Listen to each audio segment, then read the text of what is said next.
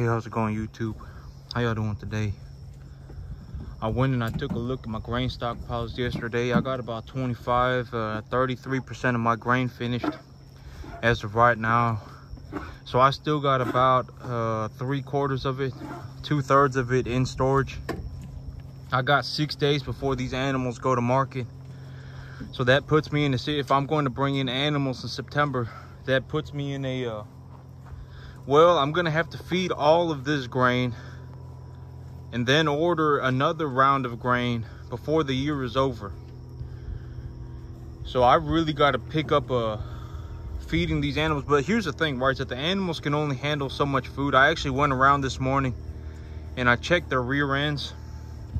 So these animals, if it looked like on their rear end, it looks like they got a window wiper smearing manure over their butt. That's a sign that they are they could potentially be having acidosis. Like this animal right here, you see how she got that but this animal right here, okay, so you see how she got manure on her tail too, and she got that smear pattern across her butt. But this animal right here, and this animal right here too, this guy right here, he's got it too. But that small animal over there, she yesterday I let him out to go eat grass. This one right here, I let him all out to go eat grass to try and clear up any acidosis issues that I was having. And while they were out eating grass, I started loading up their grain their grain bins, and she saw me doing it, and she barely ate any grass, and she came running back over here and started eating on the grain. So she sat on the grain bin for a real long time yesterday, chewing on grain. And I had another animal, it ain't her, but I had another animal that was scouring. I counted 3 animals with that window wiper pattern on their window wiper on their rear end. That's what I just call it. It looked like a window wiper just went across their rear end, smeared manure everywhere. But yep, she saw me loading up the grain bins over here while they were all out eating grass, and she ran over here immediately and started eating the grain. So she got about a half an hour early start on the grain, and she got to eat as much as she wants because I was just filling up the grain bins. And so I think that's why she's pooping like that. She ate too much of the grain. But I'll have to see. Maybe I'll go and get myself a couple of two rolls of hay. These animals, they only got 6 days here left, and then 2 rolls of hay will last them about 4 days, 3-4 days. So maybe I'll go and I'll get them 2 rolls of hay just because, and it'll clear up that acidosis going on. But yep, I got 75% to about 67% of my grain left over. I have to get another order of grain in before the end of the year. And so, okay, here's one of the big things, right? So let's say I go and I take a loan from the bank. And let's say that I determine that my stocking capacity on a 10-acre piece of land, if I have a 10-acre piece of land, I can run about 50. I can honestly run about 60 2.5 weight animals. So I can run about 6 animals an acre. If I run them at 2.5 to 3.5 weight, I can run about 50, 60 animals.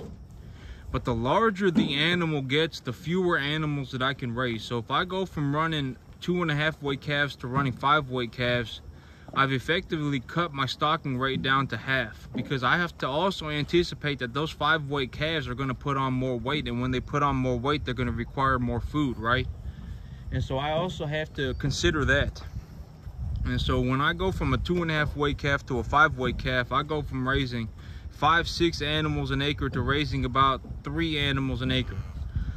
On 10 acres, I could probably run about 35 weight calves. Maybe if I pushed it, I could do 40. But by the time they got to about 7.5, 8.5 weight, they're not gonna have enough grass out here for them to just chew on.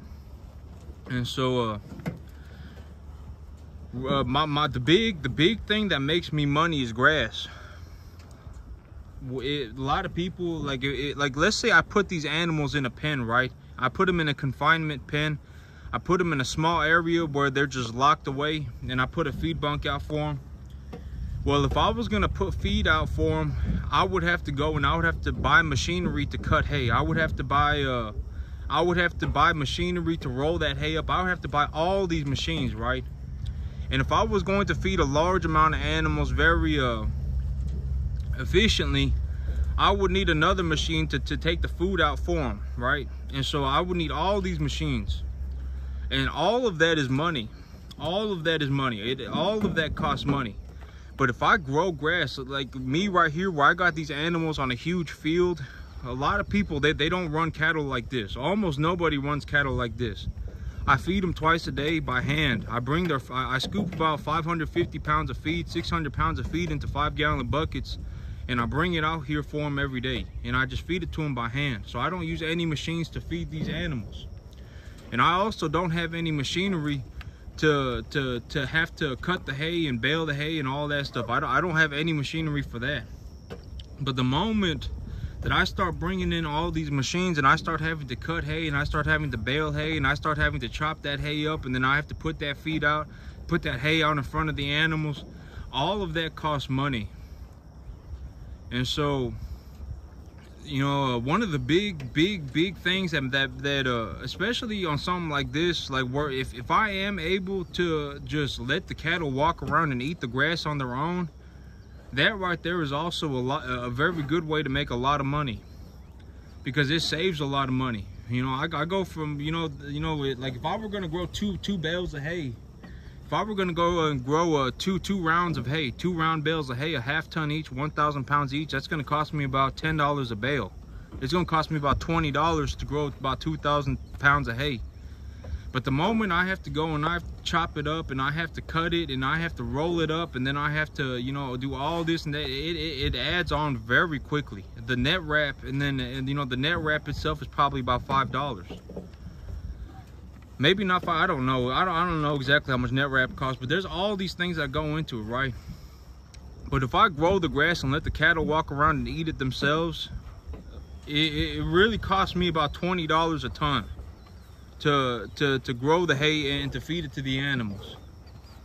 And so, I need to. Oh, here's the animal with the window wiper butt right there. But that's the third animal right there with the window wiper butt. But yep, I lost track of what I was talking about.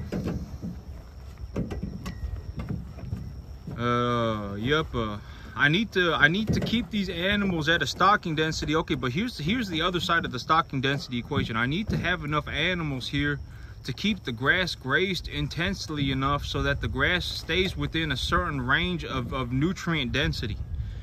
So if I have if I'm going to run cattle on grass, right? If I'm going to run cattle on grass, these cattle, if they don't eat the grass fast enough, the grass is going to continue to grow.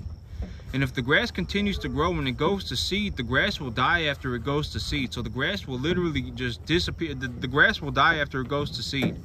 And so the cattle need to eat the grass up before it goes to seed. And if it even gets, the more the grass grows, the less protein there is in it, the more fiber there's in it, the more biomass that's accumulated. And so I need to have enough cattle on the grass to be able to keep the grass grazed intensely enough to keep the fiber and the protein and the digestibility and the biomass at a certain range. And that's one of the factors of success, is that I have to consider that. I need to think about I need to anticipate how much biomass am I going to have after a certain amount of time? What are the protein levels going to be like? What's the fiber level going to be like? As well as one of the big things that's very important is how large is the animal? Because if the animal is small, I'm going to be in a situation where the animal needs a higher quality feed. But if the animal is larger, I can't. It's actually good for them to get a lower quality feed, because a lower quality feed, even if I've reduced the protein and increase or decrease the digestibility, I get put in. I also increase the biomass, so the amount of food that is available for the cattle also increases. And so I also need to consider that too. When I have the 2.5 weight calves here, how intensely do they need to be grazing the grass to keep the protein levels at a certain level, to keep them healthy? How much biomass does there need to be for them to have enough to eat? What does the fiber level need to look like so it reduces their chance of acidosis if I do decide to supplement them with grain? Those are some of some of the things that I need to consider when I think about how many animals am I going to bring in. It's not just about money. Like let's say if I was going to realistically run 50 cattle, if the cattle make more money than I spend on them, I get put into a situation where I'm actually netting a profit from running the cattle. So the money does not matter. The money is literally of near zero importance. It's on the bottom of my things to worry about list. If I have a good plan in terms of how many cattle am I going to run, what does the biomass accumulation of my grass to look like, what does the protein level of my grass to look like, and then I'm able to anticipate that into the future, and then I'm able to bring animals in accordingly. You know, the money is of zero issue. The other things are way more important. The other things that I need to consider are far more important than the money. You know, the cattle health is always number one. So that the big thing about keeping these cattle healthy is to keep them eating properly, keeping their nutrition at a certain level. That's the big thing in terms of keeping animals healthy. The big thing is that these animals, their nutrition needs to be handled properly. They need to have a proper nutrition. But once they have a proper nutrition, these cattle, they grow and they do well and everything else. So, but yep, that's it for me today, YouTube. Y'all have a good one.